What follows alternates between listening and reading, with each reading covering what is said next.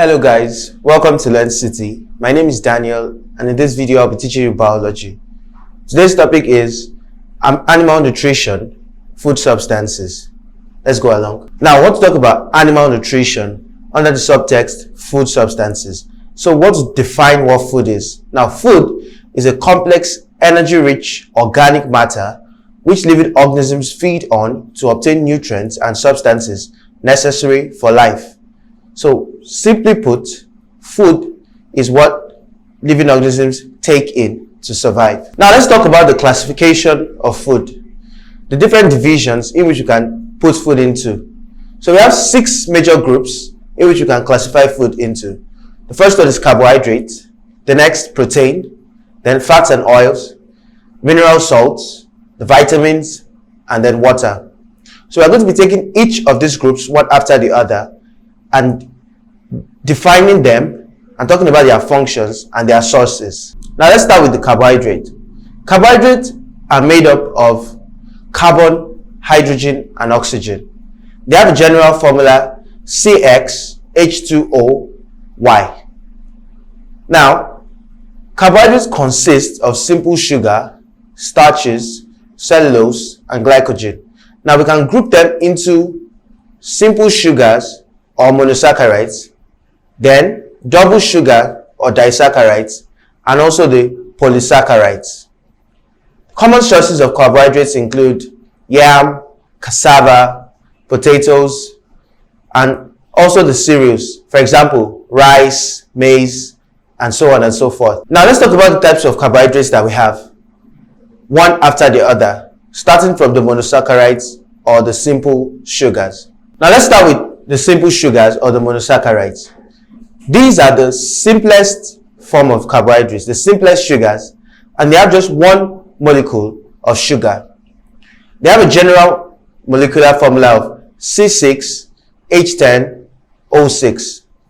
And examples are glucose, fructose, galactose, and so on and so forth. Now let's go to the next type of carbohydrates, which are the disaccharides or the reducing sugars. Now let's talk about the disaccharides. These are sugars which consist of 2 molecules of simple sugar.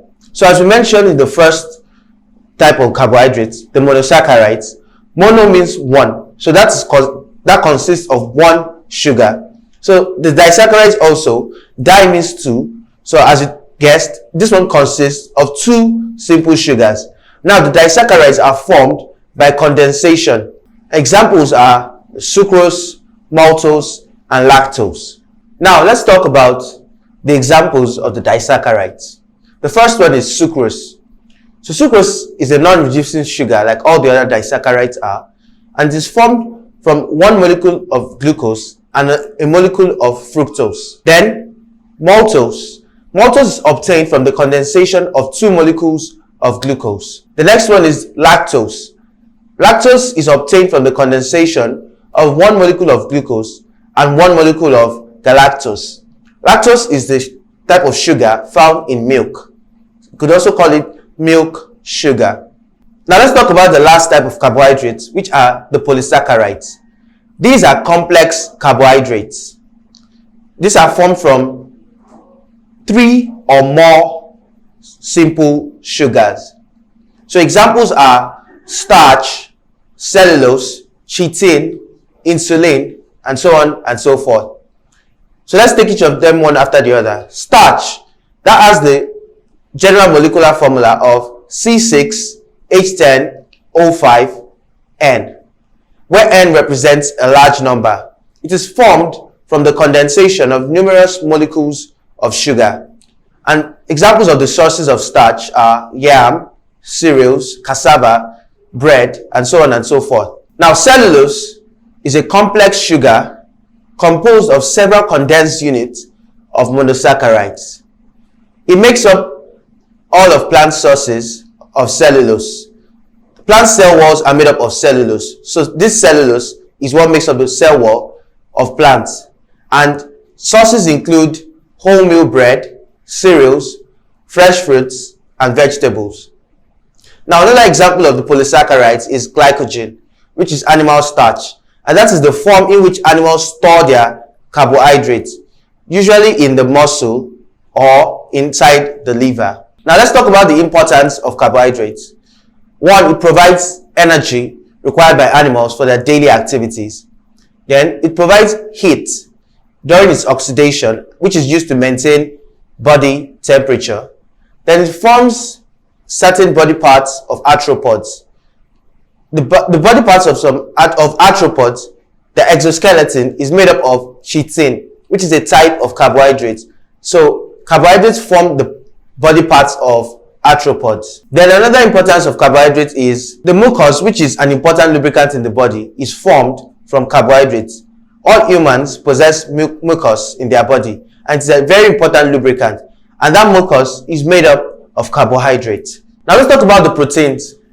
Proteins are complex molecules and are made up of smaller units called amino acids. Now these proteins have to be digested into amino acids before they are absorbed in the body of the animal, and this is the process. The proteins are digested first into peptones, then the peptones are digested into polypeptides, then the polypeptides are digested finally into amino acids. Now proteins are composed of carbon, hydrogen, oxygen, phosphorus, and sulfur. Now sources of proteins in food include both animal sources and plant sources. The animal sources of proteins are milk, egg, fish, meat, and chicken, while plant sources are beans, groundnuts, soya beans, melons, and so on and so forth. Now let's talk about the importance of proteins. Now, protein is needed for the growth of young ones. It is also used in the repair of worn-out tissues or cells. Then it aids in reproduction. Then it is used for the production of enzymes, and is also needed for the production of hormones. Another importance of protein is that it is needed for body building. Now let's talk about the fats and oils. Fats and oils together are called lipids. They consist of only carbon, hydrogen, and oxygen. But the amount of oxygen in each lipid is very little. For example, an example of a lipid is tristearine, which it has a composition of C57, H10O6. We can see the composition of oxygen in that formula is the least. Now, fats are solid at room temperature, while oils are liquid at room temperature. Now, plant sources of oil include groundnuts, palm oil, coconut oil, melon oil, while animal sources of fat include butter, fish, cod oil, and so on and so forth. Now, fats and oils are hydrolyzed during digestion to fatty acids and glycerol. Now let's discuss the importance of fats and oils. So fats and oil provides more energy to animals than carbohydrates. So carbohydrates provide energy, while fats and oils provide even more energy. Now fat supplies essential fatty acids to animals.